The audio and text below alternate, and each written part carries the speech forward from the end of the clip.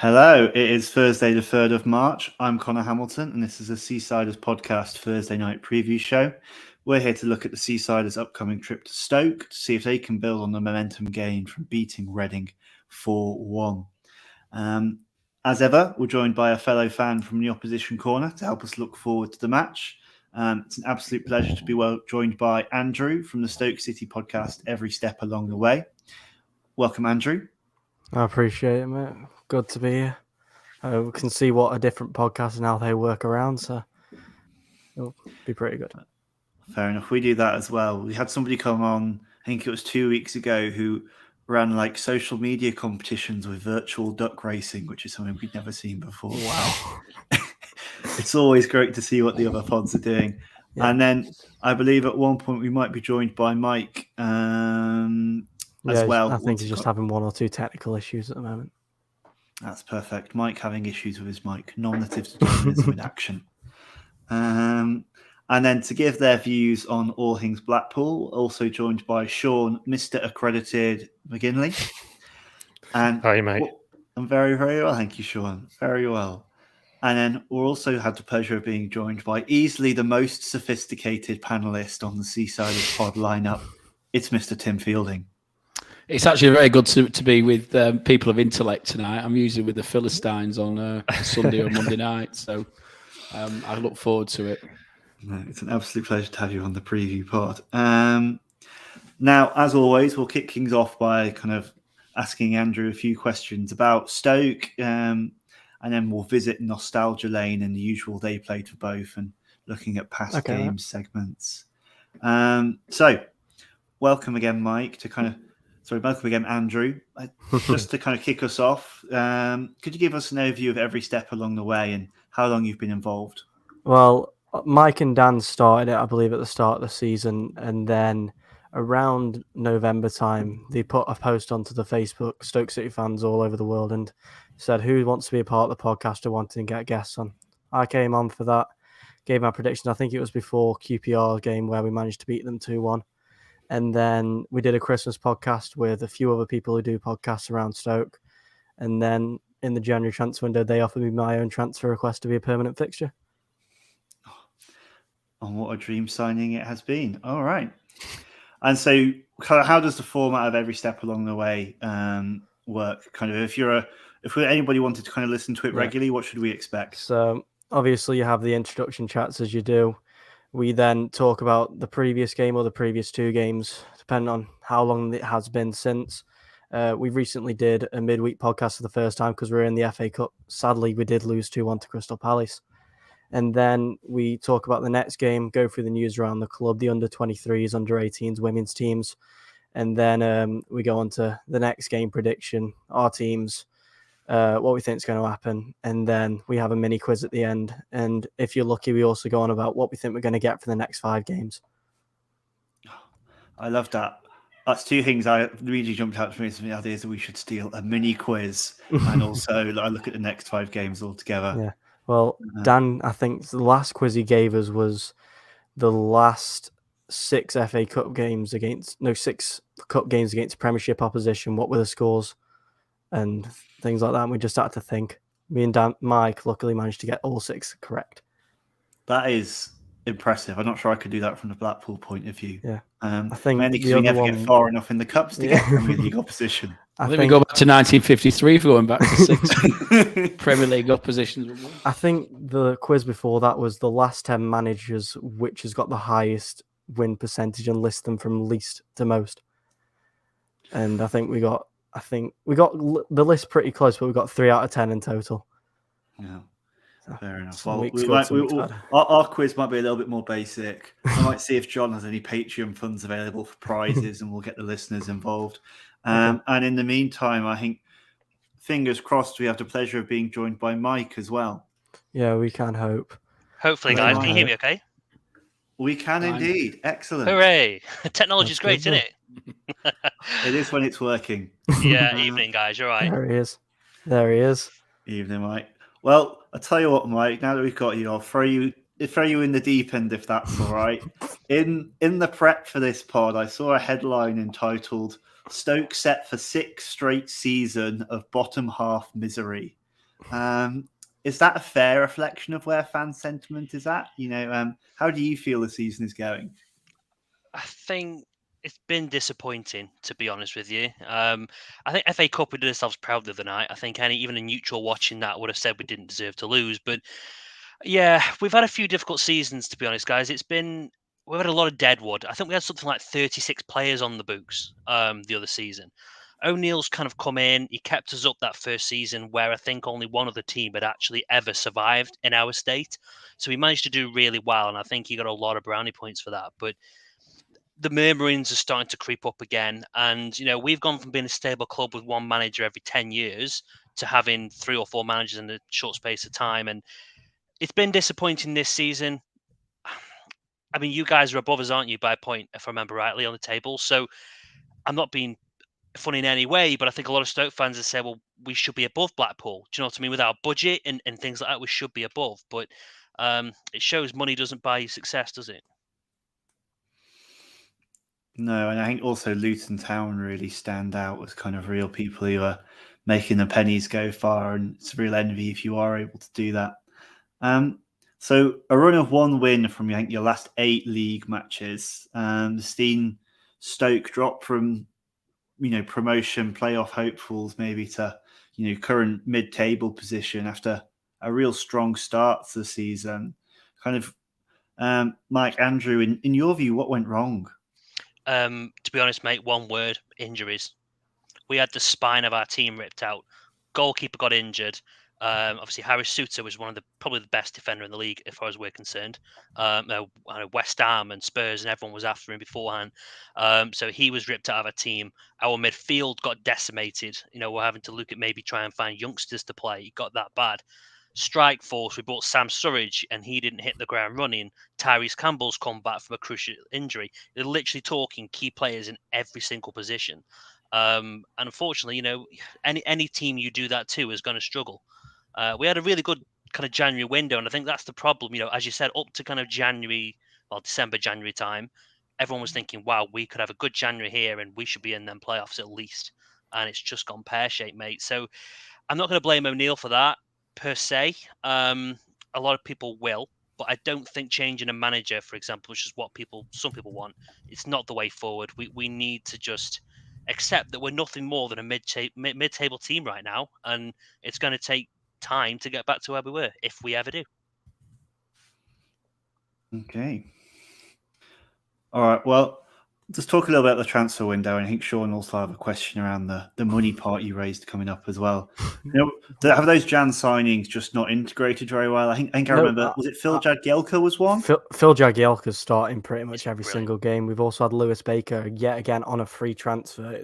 We've done super good business. We've got was it about 2 or 3 new youngsters coming in on loan? Howard Bellis, Fidace. Who else have we signed? Maja on loan as well.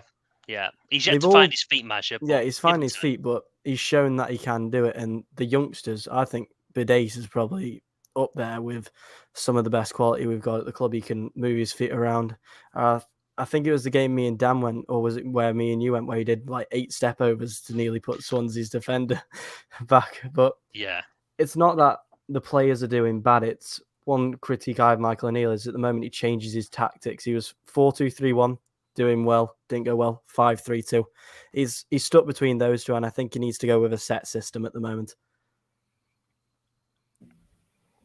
Yeah, it's quite interesting, really, the differences between ourselves. I think, obviously, you've said about injuries and stuff. I think we're one of the only clubs where generally we've also had a lot of injuries throughout the season, but we've never really seen that as a barrier. Other players have stepped up, and then again with obviously you're talking about the changing system. I think that's our thing, is that we're constantly changing systems, we're constantly tweaking, and that seems to be getting the most out of things. But I feel like when there's a team with a fairly big budget and should be punching above their weight, they tend to work best when, like you say, they've got that set system and that set group of players. So it's an interesting one. But I think generally, what are your aspirations for the club next season? Because it looks as if obviously this season's kind of fading away now, but what do you see the club doing in the summer? Do you see them pushing the boat out financially, or do you think you'll kind of stagnate a bit? It's whether we can push the boat out. Yeah, I mean our financials you've probably seen have been released today. We've lost 56 million the last year, um, which is down from 83 or 87 82. from last It was season. 87 the previous year. Now we had a really interesting, Kieran Maguire I think is quite widely known in football and the financial expert. So we had a good hour-long chat with him about FFP, and it's so complicated. Like that's just it. I've seen opposing fans already criticizing Stoke, saying give them points deductions. If this was Derby, this would happen, and it's not as black and white as people make out. So no, we won't spend money because I don't think we can. But we do have about 7 or 8 players who are out of contract. If these loans go back next season, we're going to have a team of about 16 players. So it's going to leave a lot of room again for more maneuverability. I mean, yeah, it's going to be loans. It's going to be freebies. I think we should extend Jagielka for a 39-year-old.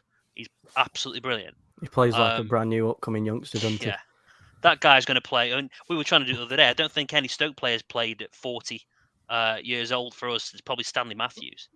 It's just crazy in this day and age, isn't it? But players are fit. Yeah. I like to think there's a world where Cristiano Ronaldo has like a poster of Phil Jagielka on his wall and is like, this is what peak performance at an old age looks like. Well, with the way that he's playing at the moment, you can see it. And one sign I didn't mention, Liam Moore. He's coming to the side and he's solid as well. I don't think we'll spend money like Mike said. I don't think with the financial situation, the Coates family want to run Stoke into the ground and, get a situation where points are going to be deducted. And to be fair, with the business we've done this season with a lot of freebies, it's worked well for morale. And I think the changing room's probably at the highest morale we've seen. And if he can get that set system down and push for those playoff places, which we so want for the past 3 seasons now, it would be a massive boost, not only for the players, but also the fan base. And I must admit, I mean, I don't think O'Neill will have another season in him if we don't improve next season. And I don't mean if we finish 14th this season, for example. I don't mean finish 13th. We have to be knocking on that playoff door next season, or else the fans won't stand for it. Unfortunately, not unfortunately, but we've got fans who have been with us since the Premier League days. They haven't seen against Morecambe in the old Division 2 and God knows who. They haven't seen that, some of the fans. So they've just seen the good times, and now this is catastrophe. I can't even words out. Catastrophe for them. So yeah, O'Neill's got to finish no lower than probably 6th next season, I think. Else it's going to be curtains for him. All right, O'Neill. Mike's put you on notice.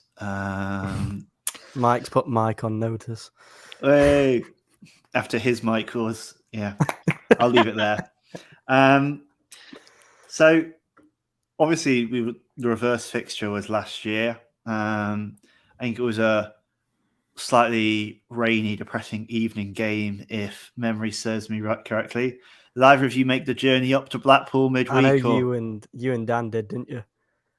You made the journey. Oh yes, we did. I tell you what, it was strange. I don't know what you guys thought, but we thought that. I'm trying to think now.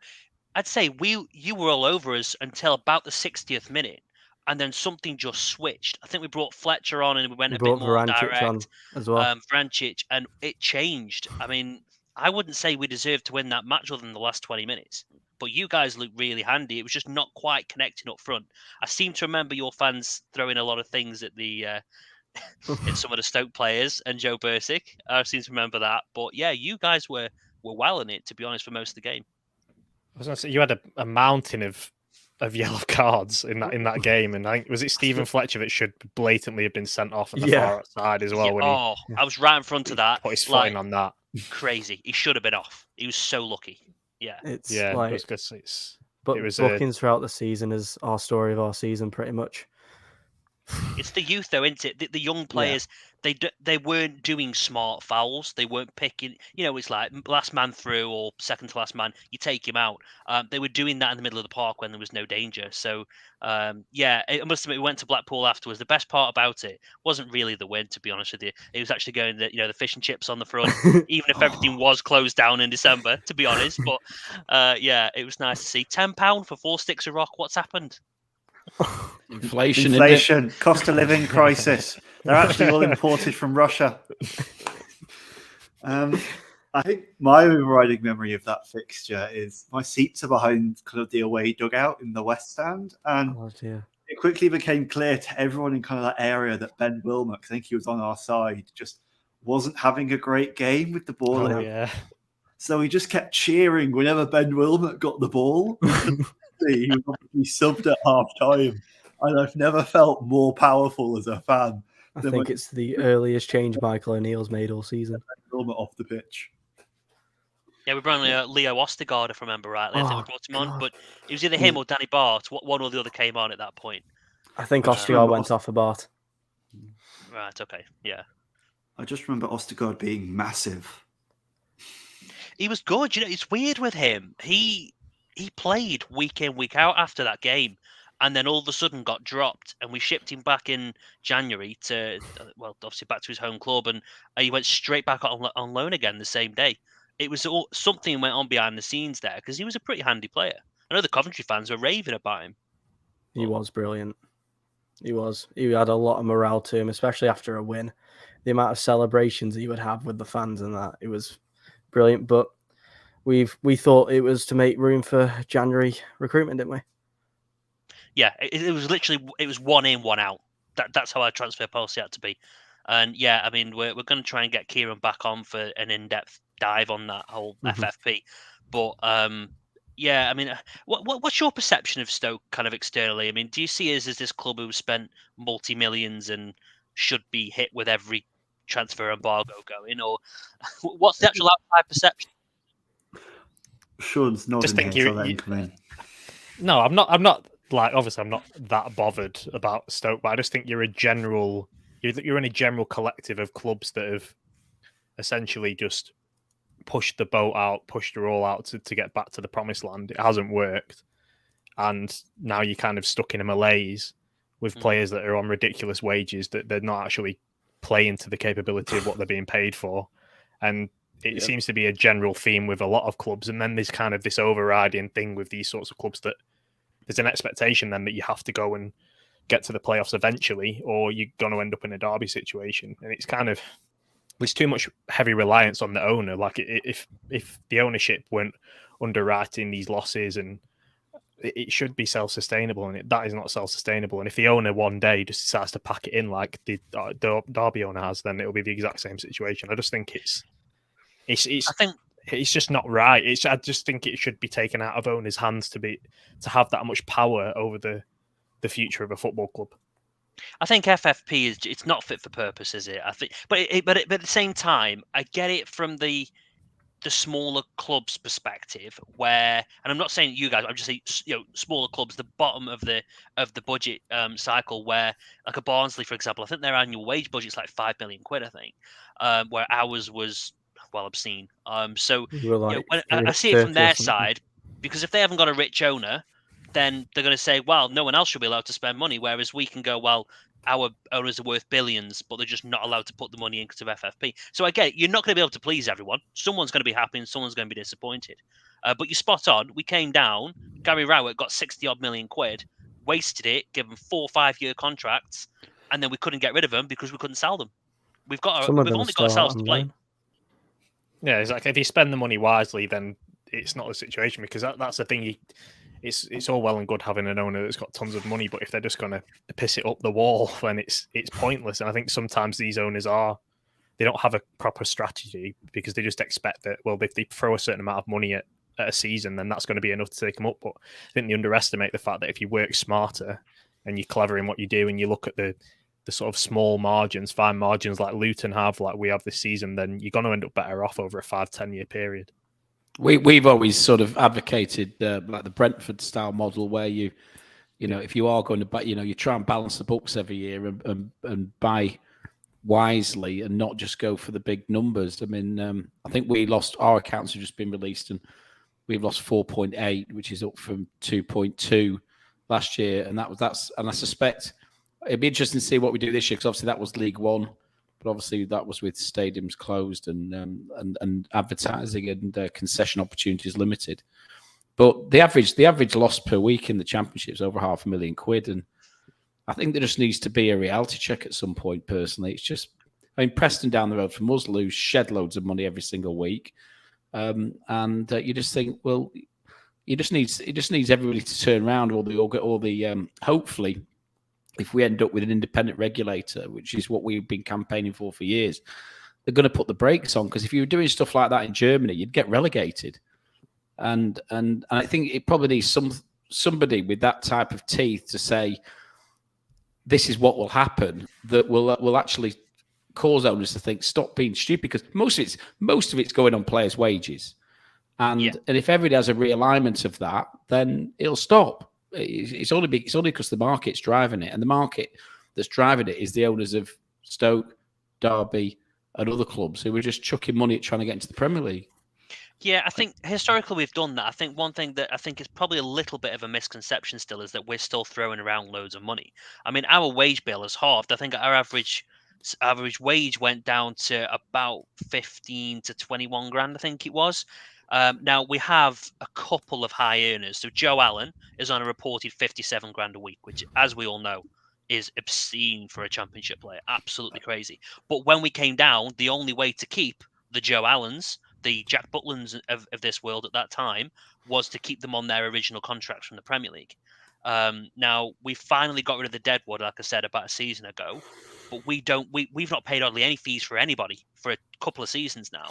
So we have reined it in. And when people talk about FFP, and if we are close to the line, they have a conversation. That's what I mean. I always thought it was weird. Why did Derby get to have a conversation about how they should be punished? And the fact is that they have to show that they've tried to reduce the bills. If you show that you've tried to reduce the debt, there's not necessarily a points deduction. So yeah, like I said earlier, it was quite amusing to see people jumping on Stoke to say deduct them all these points. It's not that black and white. Yeah, I think that's just the usual football tribalism. You know, you were talking earlier about Blackpool fans throwing stuff onto Stoke players. Like, there's always going to be that element in football who, you know, act first, engage mouth first, hink later, you know? Yeah. And I think that's just an unfortunate reality of the modern game. Kind of going back to Tim's point, I think that one of the few things the Americans have really nailed is the idea of a salary cap, because it just stops that constant inflationary pressure on the wage bill. And does mean that clubs are kind of guaranteed at least some kind of profit. Obviously, they then milk those clubs for all they're worth, which is probably an aspect we don't want to import. Do you see the salary cap, though, Tim, as being one for all leagues? Because I think you'd have to have the same from the Premier League, wouldn't you? Because the gap from the Championship to Premier League would be so huge. It'll be interesting to see. It'll be interesting to see how it works, because I think part of what's caused the problem in the Championship is ironically, is the parachute payments, which effectively distorting the league. So you've always got 4 to 6 teams in that league who are paying effectively Premier League wages, and the ones who want to try and compete with them feel that they need to try and get those players that otherwise would go to the likes of Fulham and Bournemouth at the moment, and it's just created sort of like a hyperinflation. I mean, it's the biggest basket case league in world football, I think, is the Championship. I really do, and it needs regulating. It needs meaningful regulation. But it'd be interesting to see.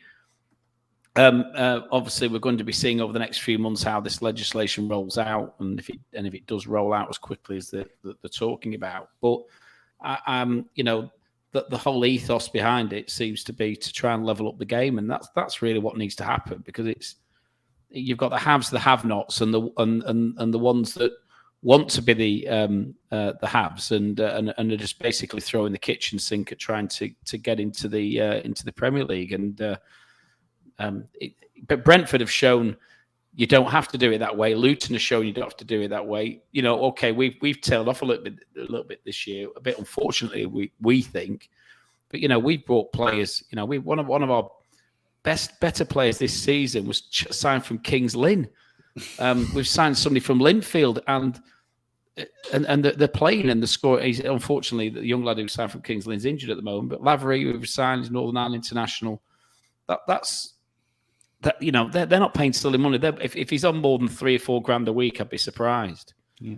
And our average wage will be somewhere in that vicinity, and that's where it should be.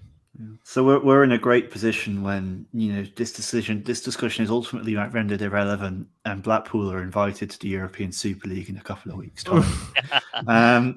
We'll move on from what I think has probably been one of the most political preview shows we've had in a while, and maybe go on to predictions for the match.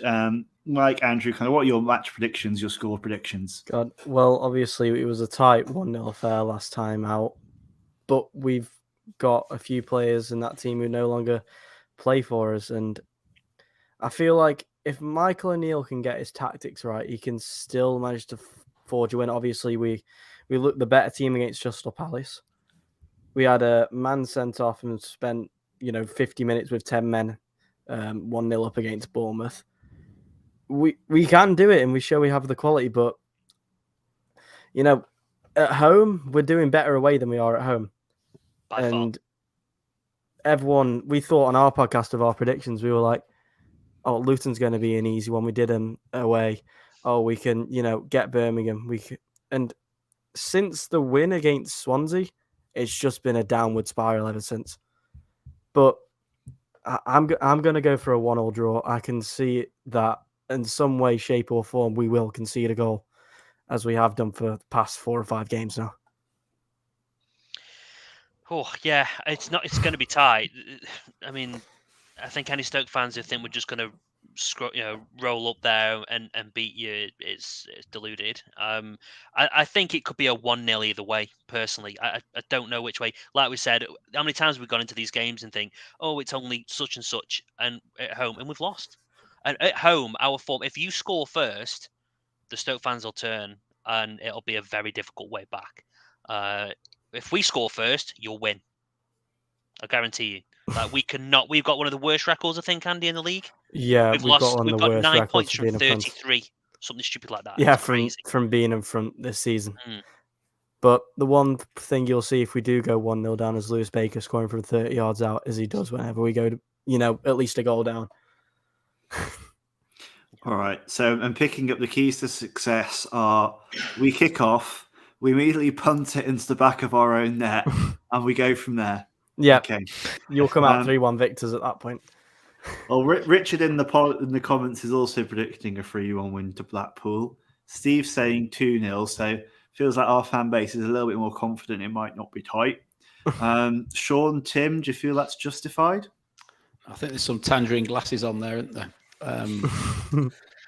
I think we're going to lose. I think we'll lose 2-0. For God's sake, Tim. That's the exact reaction we have on our podcast when someone says we're going to lose. I think we're going to win 2-1. I think the difference with the thing with us is we'll turn up one week and we'll be very clinical with our chances that we create, and then the next week we'll create an abundance of chances and we won't score any. We're a bit hit and miss in that regard. I think the Reading game will definitely bring a lot of confidence. Yeah, the Reading game will bring a lot of confidence, particularly in the way we killed the game off. It's been a real sort of bugbear recently that we've just conceded so many late goals, or we've gone into the final 10 minutes and we've been backs against the wall, a little bit fatigued, whereas we got the killer goal when it mattered and we managed the game really well against Reading. So if we can do similar, I think we'll win. And I think that it's about time we won on the road again, because we've obviously not won on the road since we beat Sheffield United back in October. I think statistically we've got the worst record, haven't we, for conceding goals from winning positions in the last 10 or 15 minutes. The number of times we've let goals in at that stage of the game is frankly unbelievable. Does that come down to a fitness thing then? Is that all it's come down to, or is it a quality thing? I personally think is a little bit of a quality thing where we will miss a series of chances that would, like Sean said, which would put the game to bed. And it's probably because some of the players we've got are punching.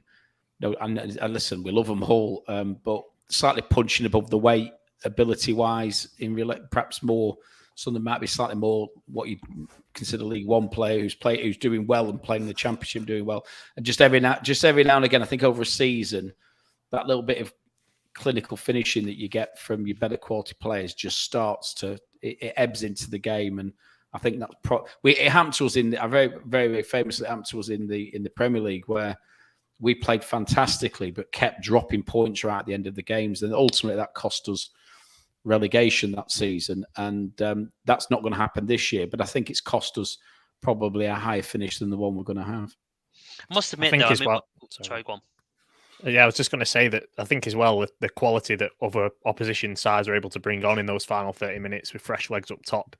You saw Bournemouth in particular, they brought Sariki Dembele on the pitch. These types of players, you're just not going to compete with them. And if they continue to wear you down, these teams will continue to play the same way throughout the whole game. And we get into this state last 5-10 minutes where we do back off a bit. And it is strange because we're not a side that generally does that, but it seems to be that as soon as our intensity drops off, I don't think we're still able to manage sustainable pressure on our back line particularly well.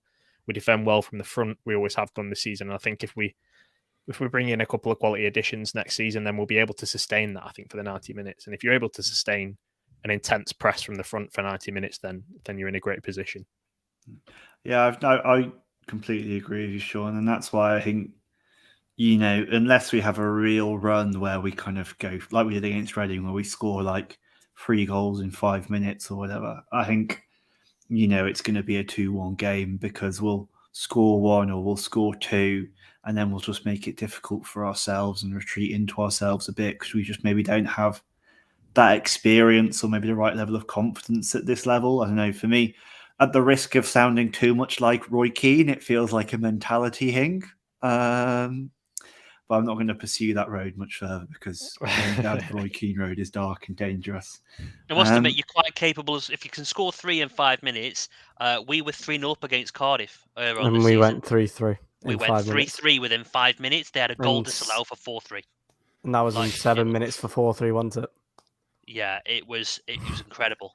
It was Kiefer Moore, I think. He was ripped Yeah, us apart Kiefer that Moore day, was but- offside, and if he scored that, Yeah, well, he's at Bournemouth now, so he can't hurt you anymore, or at least not until the next time. I think he's Bournemouth. injured at the moment at Bournemouth. Isn't Yeah, he broke his ankle or something in training before he even played. Oh God! Oh, all right. Sam Well, Surrey came back. we will move on to the wonderful segment of They Played for Both. Kiefer Moore did not play for both either of these clubs, as far as I'm aware. So we'll take new names. There's a couple of really famous ones. You missed one off the list as well. I was gonna say. Just a slightly. I won't spoil What list? You can't be revealing our prep to the world, Tim. Everyone needs to think this is organic and it will come up with the names of stuff like that. Okay, you're shattering the fourth wall here, Tim. There you go. Richard's done it for you. Well, there's 2 which we can think of. The obvious ones. Charlie Adam. Yeah. I'm trying to think. I mean, Sistan. Yes. Tom Tom Ince. Yes, Tom Ince. He's well regarded round Bloomfield Road, as we found out at the weekend. How about Robbie Williams? Oh, He played for Stoke, didn't he? I'm sure he did. You've missed everyone. Nobody's mentioned the really, really obvious one yet. Which is Gemma and Steve have got it. Sir Stanley Matthews. Oh, sorry, I mentioned that one.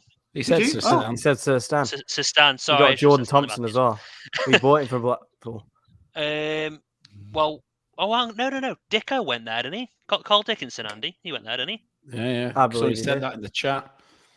I've got and the one that we did get was Andy Wilkinson, who came on loan to us. And I've actually got his shirt on my wall in the office. Ricardo Fuller. God. Good old Rick. You don't And realise the 2 TNT youth stopping lads, them. Don Telford Oh. and Mark Waddington, went on a double deal. Dom Telford's absolutely ripping it up, if I'm not Yeah, mistaken. no, yeah. Newport County in League 2 is absolutely nailing it. You're Star of missing- Not to Top 20 podcast. You're missing one who's starting at the moment, mate. Jordan Thompson. Jordan Thompson, yeah. Yeah. He was a great little midfielder for us in League 1. So he's doing the business at Stoke. He's hit been and injured. miss. He's hit and miss. He's hampered with injuries at the moment, but I think from since he's come back, he's played very well. Yeah, it's one of them. Again, it's injury after injury with him, unfortunately, at the minute. I think he got a knock against Palace. I think he'll be all right, though, for the weekend. But, yeah, I mean, somebody mentioned earlier as well, like Ricardo Fuller. I mean, I can't remember what he was like for you guys, if I'm honest with you. It's a little bit too long ago now, but one of the best players we've ever had. absolute class. I seem to remember him being okay for you. He was but I'm tough sure- as nails, wasn't he? It was pretty much average for us. It was Was right it? at the end of his career, and we were going through or starting our turmoil that resulted in the boycott. So it was just before that. It was sort of like, if I remember right, it was the 13. Was it the 12 and 13 season? Or 13, 14? I lose track. I think it was the 12, 13. No? I've I just think seen it was- James Beattie, which is even worse. Oh, Bloody right. hell, Yeah. James Beattie, Christ. Jesus. No, he was bad for us. He was good Paul for us. Stewart. He was good for us, mate. Paul Stewart, yeah. It's before my time, that one. This is going way back for me. I'm the young this one is- here. Pretty sure Ben Hennigan played for Stoke as well, didn't he? And Hennigan, one of the starters in Neil Critchley's first game. Oh, Where is he now? AFC Wimbledon. No, I don't think he has ever played for Stoke, Sean. is that? He's played for Sheffield. Close enough. He's leaving that for the. I knew you'd do that. It's north of London and begins with an S. They're pretty much all the same. Exactly. Mike Sharon. Oh, Sheeran, yeah. Well, probably one of the best Stoke strikers that we've ever had. Billy Bentley. None of you remember him, will you? But he No. No. he That was sounds like a Marvel superhero. Bill Bentley. Bill Bentley. He was at Tony Green's do. Is a good laugh, is Bill. When was it in November when that was on? And he was. He looks like a right bundle of fun. But yeah, he played for both. Right. Grand. Marcus seems to think that somebody was bad for us. I don't know if that's still talking about Fuller or Mike Sharon. I think it's Fuller. I think is because there were a few of them to talk about Fuller, weren't they? Yeah. Unless it's Which BT summed up what went wrong in our January transfer window in the Premier League. It was him and Andy Reid came in, and it was they displaced players in the team who were a lot better than them, and it was only one-way traffic from there all the way down the league. Yeah. BT, don't know how he got an England cap. Got 5 of them. No idea how. He was really solid for us. I mean, there was that goal against Man City, wasn't there, Andy? That Yeah. it was a Was crazy game. About That 2008, that was, wasn't it? Delap got sent off, and it was like siege mentality when Stoke Yeah. fans actually had a voice on them, basically. And it was got sent off, and it was like a big roar went up across the stadium. And Matty Etherington was an absolute dream on that left wing, and he's crossed the ball in, and we've beat Man City 1-0. It was also when Man City didn't have billions in oil money, so you actually had a chance against them. Put us against Man City now, mate. What would happen? Mate, put any team against Man City now will get demolished. Again, we talked earlier about teams going up. Bar Fulham and Bournemouth, any team that goes up is going to get absolutely trounced. The difference, I think, the gap now from when Stoke went up to the gap then when Stoke went up to the gap now, I think it's a country mile difference. I think any team goes up is going to struggle, even if they spent 100 million.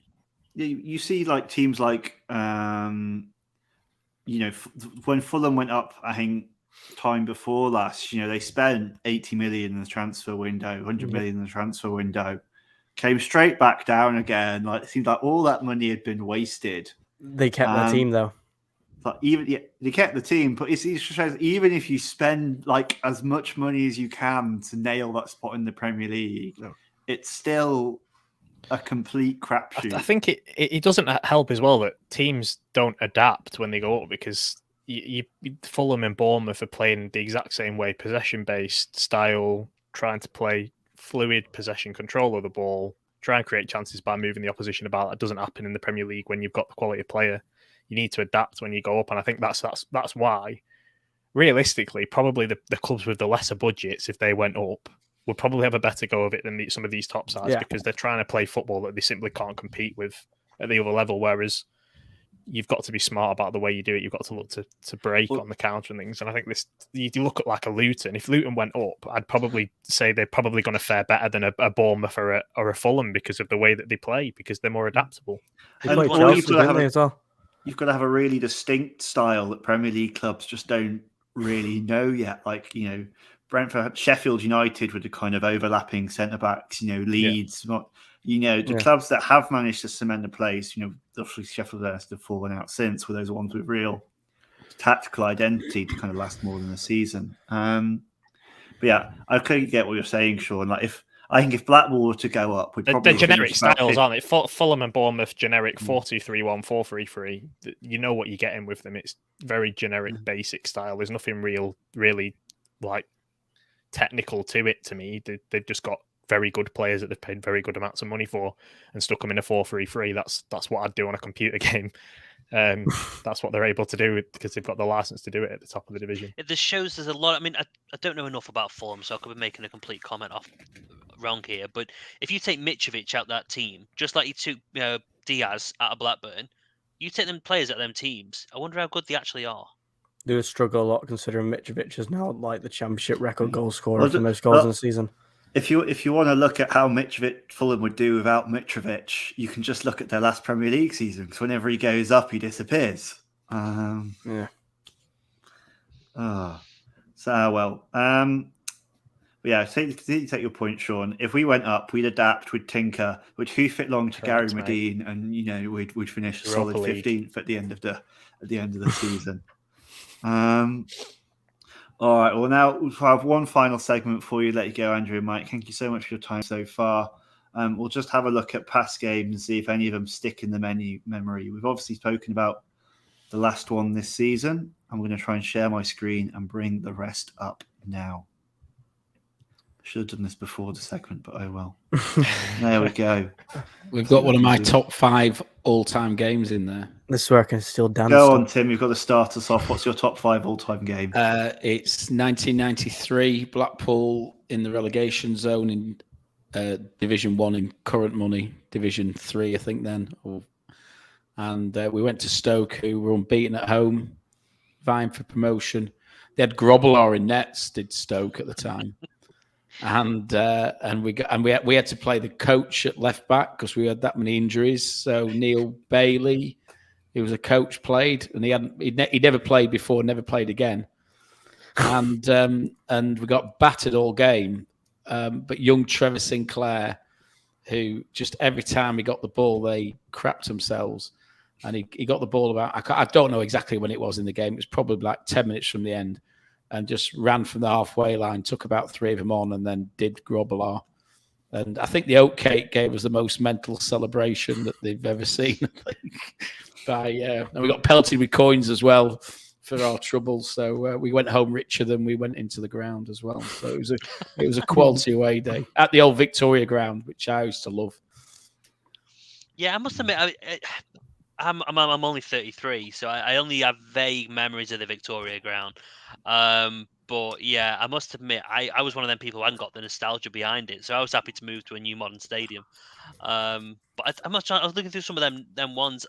I'll be honest, a lot of them aren't really kind of coming back to my mind. I seem to remember the 2007 3-2 vaguely, but I mean, I really wish I could remember that League Cup game in 2009 now.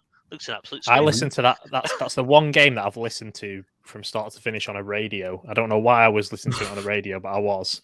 And Stoke scored 3 goals in 5 minutes. We were 2-0 up, and then Stoke scored 3 goals in 5 minutes. And then straight after Stoke took the lead, Burgess scored and equalised. And then Andy Griffin, last kick of the game, won it. Andy Griffin, So what a player. Yeah, I just remember listening to it on the radio. I don't know why I have that distinct memory of losing in the cup to Stoke, but there you go.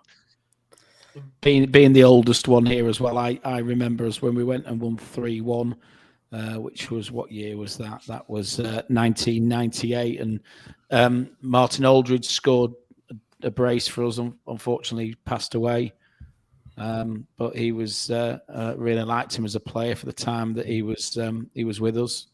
He went. I've forgotten how old he was when he passed away, but he went far too soon. Yeah.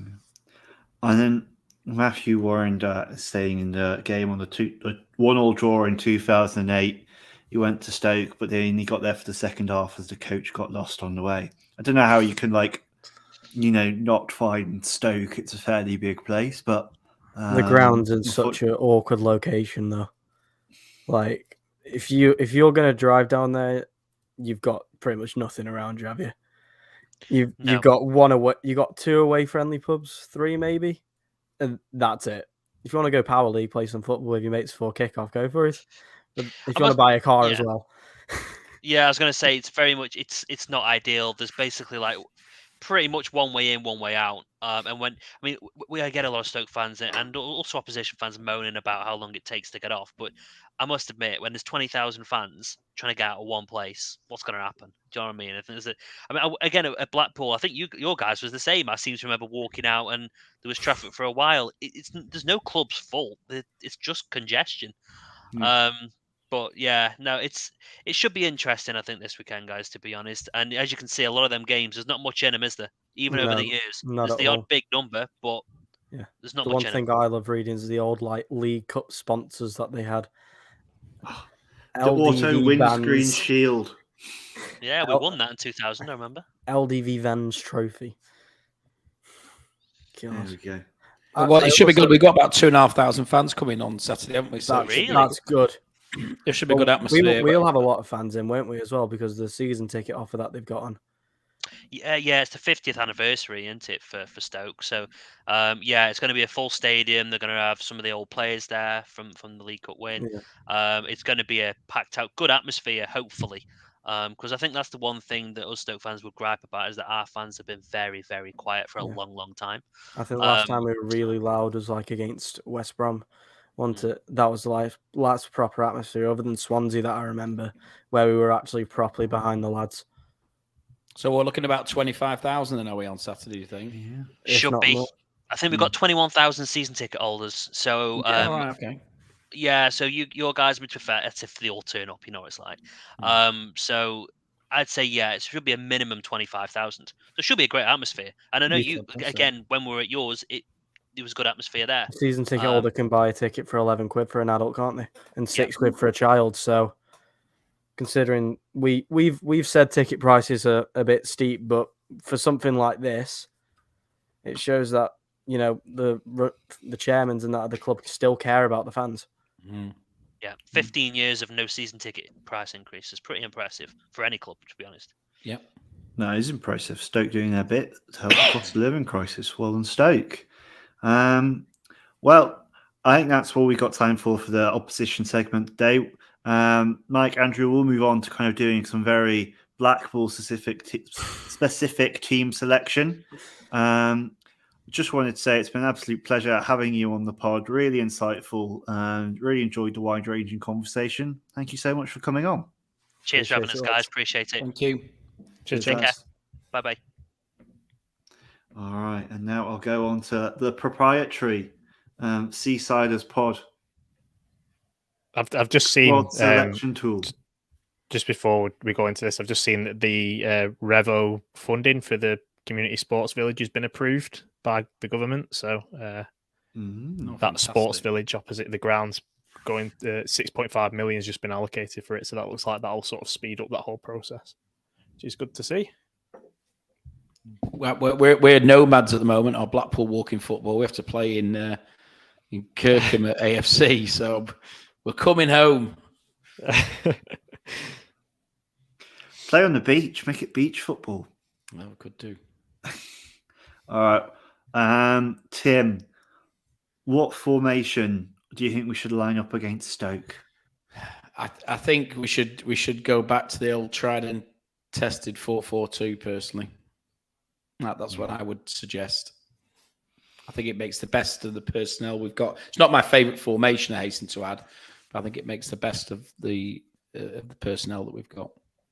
It's all right, Tim. You can say 4-4-2 isn't your favourite formation. This is the preview show where all opinions are respected, particularly if they're about fancy formation choices.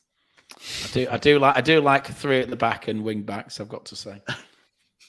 Attacking the half space. Sean, feels like Daniel Grimshaw's the obvious selection in goal. Oh, I'd hope so. Yeah.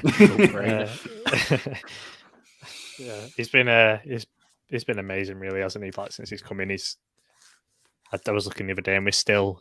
I keep checking up every week, but still combined, him and Maxwell are statistically the best goalkeepers in the division when it comes to clubs. Grimshaw's number 4th, 5th in the table, and Maxwell's 7th still. So we've got 2 quality goalkeepers.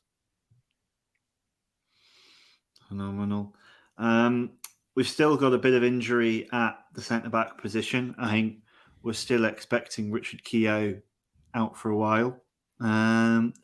Tim, who would be your first centre-back on the team sheet? Ekpiteta if he's fit. I've already broken it. And Sean, who should his partner be? Jordan Thornley, who clearly looks much improved since he's come back from loan. Right, let's see if I can replace Ekpiteta. There we go. Phew.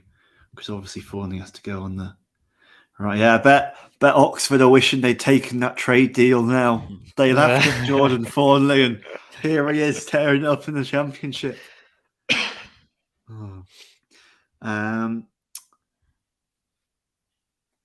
Right back, assume it's got to be Jordan Gabriel. I think so. Let's hope he's fit. Yeah, he got a bit of a knock, didn't he, on Saturday? So let's hope so. But yeah, we've got to, assuming fitness, yeah, definitely. Would we have heard, Sean, if it was more serious by now? No. Okay. You'll find out tomorrow morning, I would imagine, when the press conference is. They tend to be, you won't get a time frame either. They tend to be quite close to the chest on time frames and stuff for injuries as well. But I imagine he's gone for a scan because it was a muscle problem, and then they've kind of seen if it's severe or not. Because initially they thought Richard Keogh was going to be fine, and then he had a scan and turned out it wasn't. So it can be hit and miss, that sort of thing. All right. Interesting. Andy was just on his posted saying that he reckons Stoke will play a 5-3-2. I think that's what they played last time they played us as well. We never do well against teams that play three at the back, but I think with the momentum we've got to stick to 4-4-2 rather than try and match them. Yeah, I think so, yeah. I just hope Gabriel's fit, because I think it also impacts quite dramatically on the left-back spot as well. About what happens there. We could see Husband back because he's been training all week, so we could see him back in the squad. So it'd be interesting to see actually where he fits in now. Because for me, I don't know what you think, but when everyone's fully fit, I'm still playing Sterling at left back and Gabriel at right back at the moment. And Thornley at left centre back, which is the other place Critchley might be tempted to pop him in. Yeah, of course, yeah. Does he still have the man bun? Because I think that's the decider for me about whether he gets picked. He had that. He got injured when he had braids, didn't he? So perhaps he's definitely not being voodoo picked curse. Yeah, exactly. Sterling going straight in. All right. Because we were left with Jordan Thornley, wonderfully, given his form, we don't have the option of picking Brannigan in midfield. We did have Kenny and Kevin together for the first time last week. Tim, I assume that's a partnership we want to be keeping together?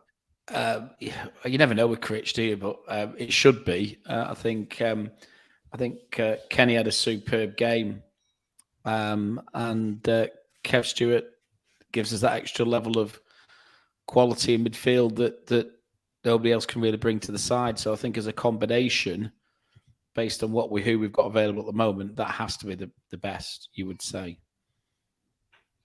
In you go then. I do wonder if he'll put Connolly in because it's going to try and sort of have more of a physical battle in midfield, but it'd be interesting to see. But as you say, you've got to stick with that pair for me. Yeah, at this point, I wonder if we should just reclassify Connolly as midfielder because it's all wherever he seems. He is. He's a centre mid now. I don't know where I see him as now. To be honest, I'm kind of in this halfway house, but I think he's proven that he can play central midfield relatively well. Yep. Man in form, Josh Bowler. Is it 5 goals in 7 games? I should really know the statistics. Should have my prep. It'd be a shock if he doesn't start, wouldn't it? Yeah. There'd be mutiny on the Seasiders pod. There'd be shouts of Critch out.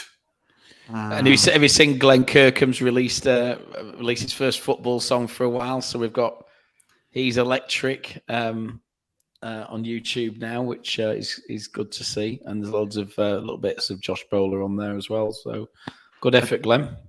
I don't think I've seen that, Tim. Could you sing me a bit just so I understand how it goes? to be honest, getting that, I was trying to follow the words because I'm a bit slow and stuff like that, and I was struggling to follow all the words of the song. But obviously, it's the Oasis. She's Electric, just slightly tweaked, but with my dulcet tones, I think I shall. I can maybe say the words, but maybe not sing them. I was going to say, I would. Sorry, John's jumped in to save you, saying that Glenn will be coming on a pod soon to sing it live. So we won't spoil it before then. And Andy in the comments is saying that Stoke were linked to Himbola in January, and the answer is probably he's been linked to everyone, including Leicester. Yeah, that definitely was a real thing. And on the left, Sean, who are we putting on the left side of the midfield? It's got to be CJ, hasn't it? It's.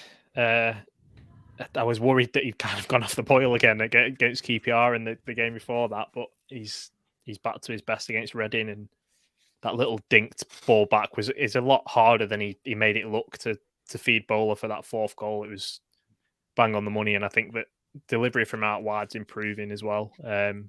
Just having that consistency when you're creating chances from wide areas in terms of personnel is important. Completely, and I feel like Bowler, that skill on the volley, he did it that against Reading, also did it for the goal against QPR. It's just something special. But who? Actually, no, I'm not going to do a Gary Medine joke. We've moved past that point. Tim, bearing in mind this is the preview show where there are no people who will shout at you for having wrong opinions, who would you put as our centre forward duo? I think he's. I would probably go Yates and Medine, but I think he's going to go Lavery and Medine on Saturday. So why do you feel he's going to go Lavery, Medine rather than? I think he does Medine? tend to circulate Yates and Lavery to a degree, and I think with Jerry's struggling to find the back of the net, and Lavery comes on after a couple of minutes, and so I think he'd probably think he's going to go into the games with slightly more confidence, maybe. So I think he'll probably, knowing he's probably due to switch him anyway. I think Medine and Yates have probably played 2 or 3 on the trot together. I'm trying to think back to the game. So I think he's due. The 2 positions for me, assuming everybody's fit, the 2 positions for me that are biggest risk of a change are Hamilton and Yates. For me, I think they're the ones, and Gabriel, because he always seems to drop Gabriel even when he's fit. So if he's got a bit of a knock, there's an half a chance he's going to drop him. Yeah, he was talking about importance of data and knowing players are fit when they get a rest. Distinct difference. It's quite interesting, that one. Sorry, it was quite interesting, that one, because it's kind of proven right with the fact that Gabriel has had a muscle injury, because obviously there was a lot of sort of disdain at the fact that Gabriel was dropped for the game alongside Hamilton. But if he has picked up a muscle injury now, then it kind of points to the fact that perhaps he was playing on the edge a bit over the past couple of weeks. So yeah, another advanced and forward-thinking approach from Neil Critchley and Blackpool FC. A sharp contrast to Paul Ince and his view of I don't like speaking to physios. Why do I have to check people if players are fit? When I was a player, I'd play anyway. I'm so glad that he's used his 8 years out of management for professional development and learning. Fine appreciation for the modern game. Sean, do you agree it would be Yates over Lavery, or would you prefer to see Lavery in that position? No, Yates was very good, I thought, against Reading. I think it's a good balance to have. I think Lavery playing against a stretch defence who are trying to get something out of the game works quite well. So if, say, we are 65, 70 minutes to go. 65, 70 minutes in. You're gone, Sean. We've lost your audio. Oh. I can hear him. Can you? Can you hear me fine?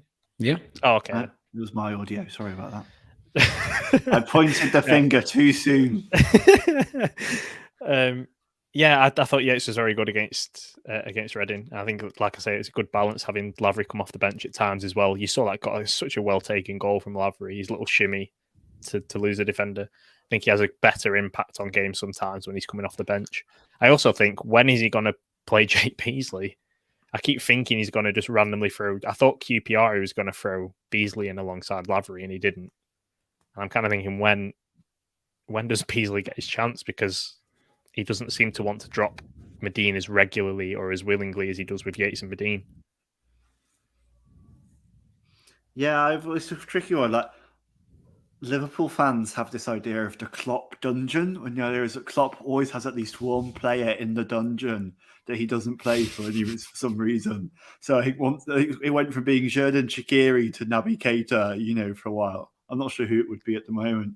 And I kind of wonder if that's something Critch has inherited, and it's currently Jake Beasley in the dungeon, just not being played for inexplicable reasons. Fulfilling the Tyrese John Jules role. Yeah, very exactly. well at the moment. Although it was quite clear why Tyrese John Jules wasn't playing. Yes. Yeah. Oh, have you turned on him now, Connor? Have you turned? I've just gone. I've realised. I don't know. I don't know if he went for a second loan. Once they leave the club, they're dead to me. I went out of my way to back him, and he abandoned us. It's just not acceptable behaviour. Yeah, he played his debut against Ipswich for Sheffield Wednesday on the 29th of January, and he's not played since.